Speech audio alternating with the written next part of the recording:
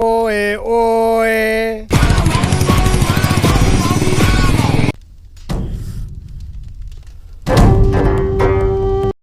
मोए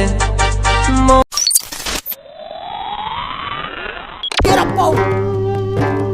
तेरो दुईटा पाउ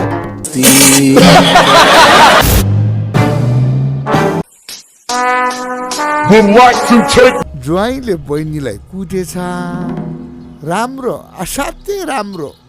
तर अलिकता मिलेन छ मान्छेलाई कसरी कुट्नुपर्छ भनेर सिकाउन आएको म त अरूले सिकाउ त है ज्वाइँले छकाउन हानेर छाको याम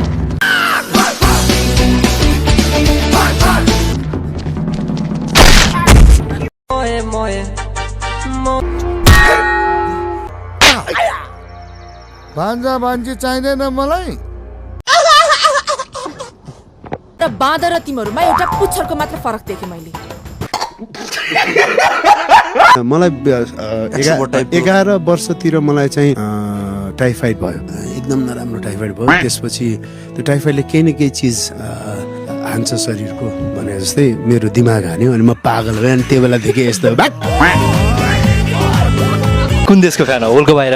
अर्जेन्टिना अर्जेन्टिनाको फ्यान हो अर्जेन्टिना अनि मेसी बाहेक 5 जनाको नामहरू भन्नु सक्नुहुन्छ भन्दिन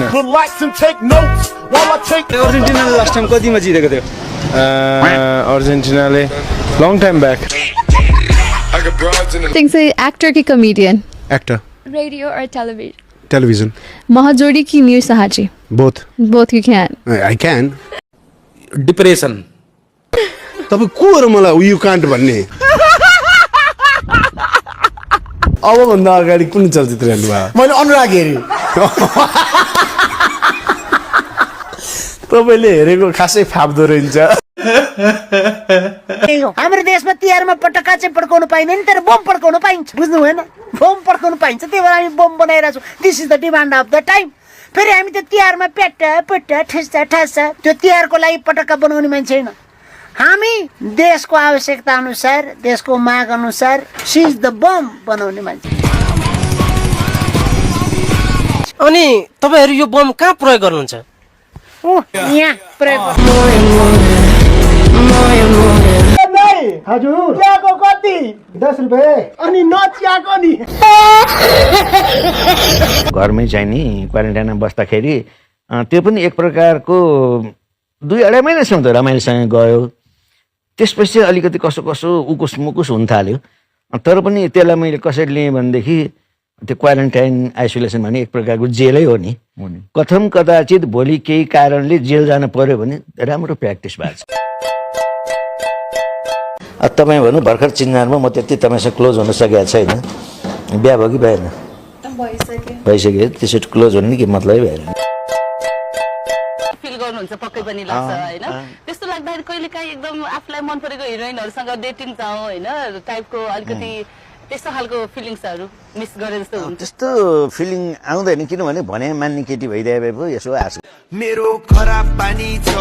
कसैले मेरो अगाडि हाई गर्छ नि त्यो कसैले गर्दैन मलाई धेरैजनाले औँला टोकिदिएका छन् किन हजुर त्यो कसैले मेरो अगाडि हाई यो टन्सिल शुद्ध देख्ने हाई गर्छ नि म औँला केटी चाहिँ म हेर्छु बाटोमा हिँडेको केटीहरू चाहिँ असाध्यै आँखा हो हेरिन्छ देखा हेर्नै पनि पर्छ किनभने नि यदि मैले त्यो बाटोमा हिँडेको केटीहरूले हेरिदिनु भने पाप लाग्छ राम पौडेलजी 21औं शताब्दी भनेको त विज्ञान र प्रविधिमा चमत्कारको शताब्दी हो हैन कार र रकेटको युगमा तपाईँ किन स्कुटरमा नभएर कार पनि छैन रकेट पनि छैन त्यही नभएर